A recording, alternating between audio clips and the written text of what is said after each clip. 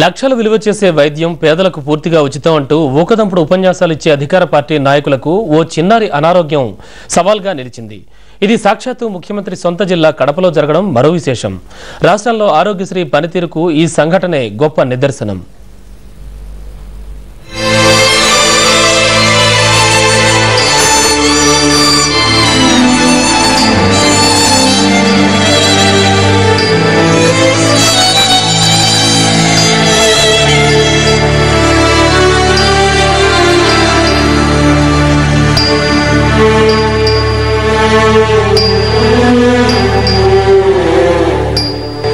ఇది కడప జిల్లా రైల్వే కోడూరు నియోజకవర్గం చిట్వేలి మండలంలోని చెల్లంవాండ్లపల్లి గ్రామం.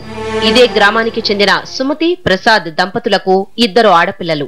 ఈ చిన్నారి పేరు నందిని. తోటి పిల్లలతో ఆడుతూ పాడుతూ చదువుకోవాల్సిన నందిని అనారోగ్యంతో మంచం పట్టింది. ఆస్పత్రికి తీసుకువెళ్తే డాక్టర్లు కడుపులో గడ్డ ఉందని చెప్పారు. గడ్డ పెరుగుతూ ఉండడంతో పాప పొట్ట కూడా పెరిగిపోయింది. దీంతో ఆ పేద దంపతులు ఆరోగ్యశ్రీ కార్డు చేతబట్టుకుని కూతురి వైద్యం కోసం కడప, కర్నూలు, తిరుపతి, వేలూరులోని అన్ని ఆస్పత్రులకు తిరిగారు. ఎక్కడా వారికి వైద్యం లభించలేదు.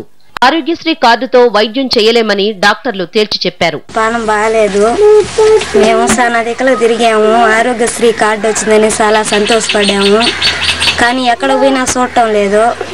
మా పాపకు ఎక్కడ పోయినా బాగానే లేదు. అసలే ఎవరు పట్టుకున్నా మా నుంచి కాదంట. ఏ హాస్పిటల్కి పోయినా డబ్బులు పెట్టి చూపించామంటున్నారు, కానీ ఆరోగ్యశ్రీ కార్డు మీద చూడమంటున్నారు ఎవరు పట్టినా. ఆరోగ్యశ్రీ కార్డుతో కాకుండా డబ్బులు చెల్లిస్తేనే వైద్యం చేస్తామని ప్రైవేట్ ఆసుపత్రుల యాజమాన్యం చెబుతోందని పాప తండ్రి ప్రసాద్ కంటతడి పెడుతున్నారు. ఆసుపత్రికి పోయినా కానీ మమ్మల్ని పట్టించుకోలేదు సార్. ఎట్ట బతకాల మా పాపను పెట్టుకొని ఊరు మమ్మల్ని పట్టించుకోవటం లేదు. కూలి పని చేసుకొని బతకాలి. మేము కూలికి పోతేనే ఇంట్లో జరిగేది. పాపని పాపను పోతే రోజుకు మాకు నమ్మకం. ఆరోగ్యశ్రీ పెద్దలకు తప్ప తమలాంటి కూలీనాలి చేసుకునే వారికి ఉపయోగపడడం లేదని గ్రామస్తులు వాపోతున్నారు. ఇప్పటికైనా అధికారులు స్పందించి ఆరోగ్యశ్రీ పథకం కింద పేదవారికి వైద్యం అందేలా చర్యలు చేపట్టాలని ప్రజలు కోరుతున్నారు.